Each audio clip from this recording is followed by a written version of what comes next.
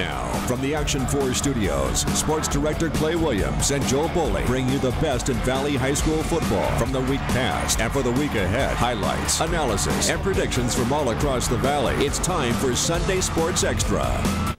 Hello and welcome to the final Sunday Sports Extra of the 2012 Rio Grande Valley football season. I'm Action 4 Sports Director Clay Williams. With me, Action 4 Sports Reporter Joe Bowling, who was on the call last night for the final Rio Grande Valley High School football game of the year. And let's not waste any time. Let's get right to it as Port Isabel took on Belleville last night in Corpus Christi. Cabinets Field was the place in the Big Blue. Yes, back in the state quarterfinals for a 9th time, but it was ominous from the beginning. 3 and out for the Tarpons offense, and then a long drive capped by this Bronson Allen touchdown made it 7-0. Then came the turnovers. Yeah, a punt snap went bad. Bronson Allen took care of that, and just like that, it's 14-0, and that is pretty much your game, folks. It was 22-0 is your final. What else can you do? Port Isabel is out. The Valley is out afterwards. The Tarpons, sad, but knew they had a good run. 1, 2, 3, go! Yeah, I thought our defense played well. You know, we felt like we gave them 12 points, and you can't do that against a good football team. And, you know, we got to learn from it and move on. But very proud of these kids. They had one heck of a ride, something they're going to remember the rest of their life.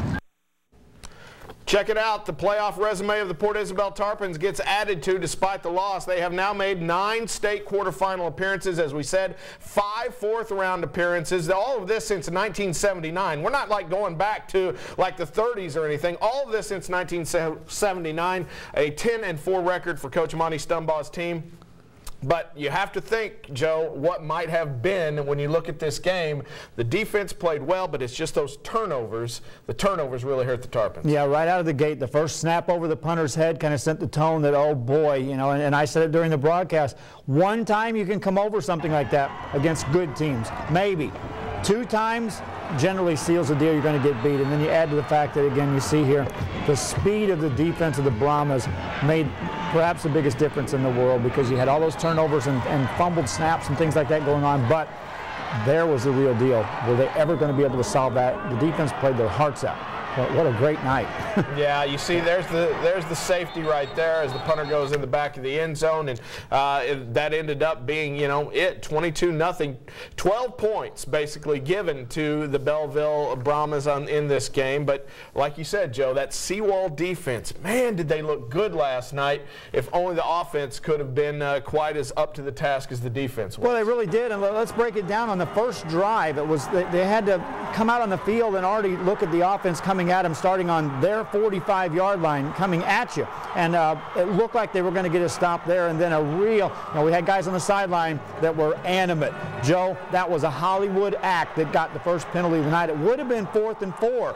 Turned out being 1st down and 10 from the 11 because of a 15-yard penalty. Kind of set the tone there. But after that, the defense hitting ferociously hard. And we talked about it at halftime. You and I will talk about it perhaps a little bit later on. Most of those guys are coming back, and that should scare the lights out of the Valley teams. This team has to play next year. Yeah, let's talk about it. Some of the main cogs of this Port Isabel machine will be back next year. Jacques Gilliat on the defense, he'll be back. Isaiah Martinez, the quarterback, he'll be back. Is there any reason to believe that Port Isabel couldn't make a 10th state quarterfinal appearance next year? I would say it right now. I said it last year in August. I might as well say it right now. They'll be there with a chance to go even further. And I said it all year that I think that they're going to be better next year than they are this year. So many guys back, and on the line, you know, you got big linemen that are back that have got all this experience, and now you've got that chip on your shoulder kind of thing that they didn't like losing 22-0. You saw the emotion of the kids coming out of that. They didn't like losing that way, and they're going to be probably in the weight room starting tomorrow afternoon, and look out next year. Absolutely. Now, we know that Port Isabel is keeping their coach. Monty Stumbaugh will be back to lead this team next year, but man, we had a lot of coaching changes in the Rio Grande Valley this week, and when we come back on Sunday Sports Extra, we're going to talk about them as Manny Moreno makes a move up and takes over as the chief of the Chiefs, as well as the Redskins. Plus, the other shoe dropped, and that is it as of yesterday. Joe Solis out. What will his legacy be at Ed Couchelsa? We'll talk about it when we come back.